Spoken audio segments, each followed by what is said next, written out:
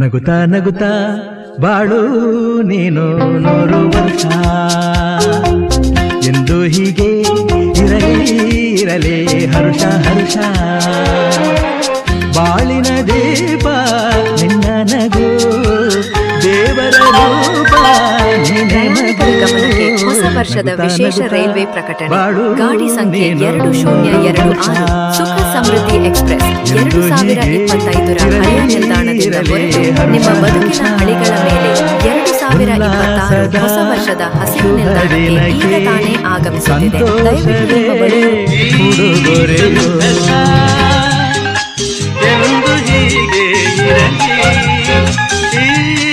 ಸಂಭ್ರಮ ಸುಖವ ತುಂಬುತ್ತ ಬರಲಿ ಇಂದು ಬಂದ ಹೊಸ ವಸಂತ ಇಂದು ಬಂದ